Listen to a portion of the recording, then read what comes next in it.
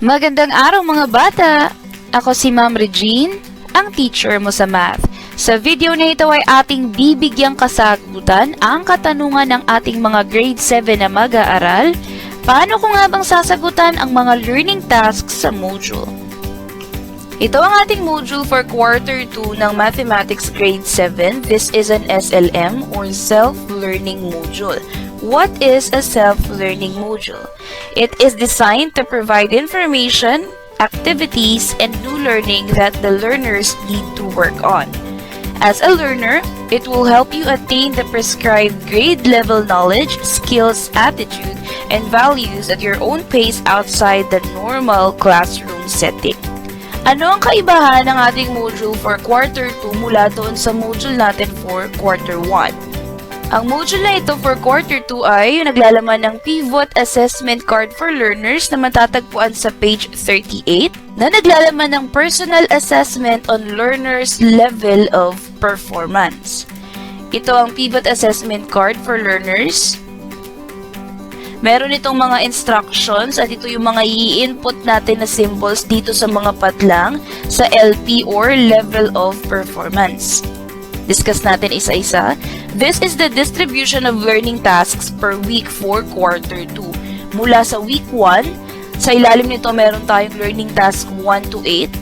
LP ay yung level of performance. Ito yung mga blanks na lalagyan mo ng sagot mo na symbol. Mula week 1 hanggang week 8. Ang module for quarter 2 ng Mathematics ay naglalaman ng lessons for week 1 hanggang week 8. Pero unlike other subjects, meron lamang itong learning tasks hanggang learning task 3. Kaya naman hindi natin sasagutan yung learning tasks 4 to 8. Ang lalagyan lamang natin ng symbol for level of performance ay mula sa learning task 1 to 3 for week 1 to week 8. At sa Mathematics, magkasama iyong lesson for week 1 and 2 dahil mahaba iyong topic for measurement. Kaya iyong mga ilalagay mo rito na symbols ay ganun din ang ilalagay mo rito sa week 2. Iba-iba naman yung lessons natin for week 3 hanggang week 8. Ano-ano nga ba ang ilalagay natin na symbol dito sa LP or level of performance? Star. I was able to do or perform the task without any difficulty. The task helped me in understanding the target, content, or lesson. Ilalagay natin dito ang star sa mga patlang na ito kung na-perform natin ng maayos yung mga learning tasks na hindi nahihirapan gaano. Aside from star, we also have the check mark. I was able to do or perform the task. It was quite challenging but it still helped me in understanding the target, content, or lesson. Kung hindi star ang ating ilalagay, pwedeng check mark. It means na nagawa mo rin iyong performance task, itong mga learning task na nandito sa ating module. However, nahirapan kang sagutan ito. At kung hindi naman star symbol or check mark, pwedeng ang ilagay mo ay question mark. I was not able to do or perform the task. It was extremely difficult. I need additional enrichment activities to be able to do or perform this task. Kung hindi natin ilalagay ang star or check mark dito sa mga patlang sa level of performance, pwede naman na check mark ang ilagay natin. It means na hindi na-perform yung task kasi sobrang nahihirapan ng bata. Isa pang feature ng module natin for second quarter na wala sa quarter 1 ng Mathematics ay ang quarter 2 ay merong answer key.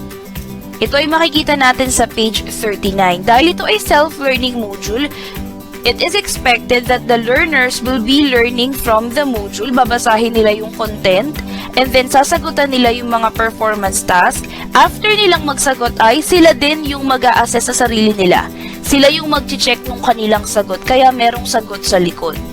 At dahil may answer key ang module na ito for second quarter na Mathematics, ito ay nagtatanong ng how and why.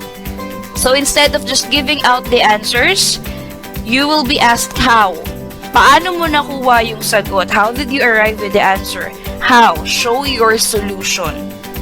Why? Bakit ito ang sagot? Explain in 1 to 2 sentences. Kaya para sa mga videos natin kung paano sasagutan ng learning tasks, ilalagay natin kung paano sinasagutan ang how. We will be showing the solutions and why. Explaining the answer. those questions that do not require solution, ang gagawin natin ay i-explain natin ang sagot. This video is focusing on week 6 of the 4AQ MELC-based module for grade 7 mathematics under quarter 2 lesson 6. Meron na rin tayong ginawang video patungkol rito, video discussion about special products. Available na rin ito sa ating YouTube channel, ang Teacher Mo sa Math. For week 6, this is all about special products. Meron tayong 3 learning tasks na kailangang i-accomplish. Ang learning task 1 ay nasa D part or discussion. Ito ay nasa page 27. Learning task 2 naman ay nasa E part or evaluation sa page 27 din.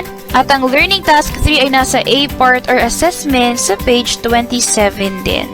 Magdako tayo sa learning task 1. Ito ang inyong makikita for learning task 1, find the product. Meron tayo ritong 6 na special products. Ibibigay lamang ang product nila o yung resulta. Mag-review lamang tayo na ang special products, ito ay mga polynomials, binomials, or trinomials na kapag minultiply mo sila together, meron ka makukuha na special pattern. Kaya mas madali siyang i-compute or i-solve compared sa ibang uri ng polynomials. Isa-isahin natin itong numbers 1 to 6. Ang number 1 at ang number 2 ay parehong under ng square of a binomial. Yung number 1 ay for addition at yung number 2 ay for subtraction, pero pareho silang square of a binomial. Meron tayong pattern patungkol dyan. Makikita ito sa module. Ang number 3 naman ay under ng sum and difference of 2 binomials. 2 binomials, imumultiply together.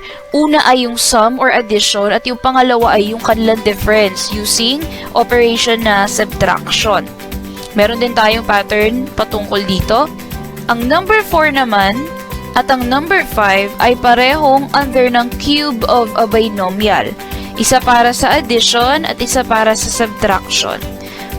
For number 6 naman, ito ay under ng square of a trinomial.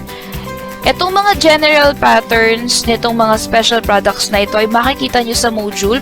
You can also check my video about special products. Meron din tayo doon. Pinapakita ang mga general pattern for each special product and examples for each. So for learning task 1, ang kailangan mo lang gawin ay ibigay lang natin yung product nitong mga special products na ito. That's it for our video for today mga bata. Hangad ko na natutunan nyo kung paano nga bang sasagutan ang mga learning tasks sa Module 4, Quarter 2. Subscribe to my YouTube channel and Teacher Mo sa Math for more grade 7 mathematics contents. Also, like and share this video para mas marami pa akong mga batang grade 7 na tulad mo ang maabot at maturuan dahil ako si Ma'am Regine, ang Teacher Mo sa Math.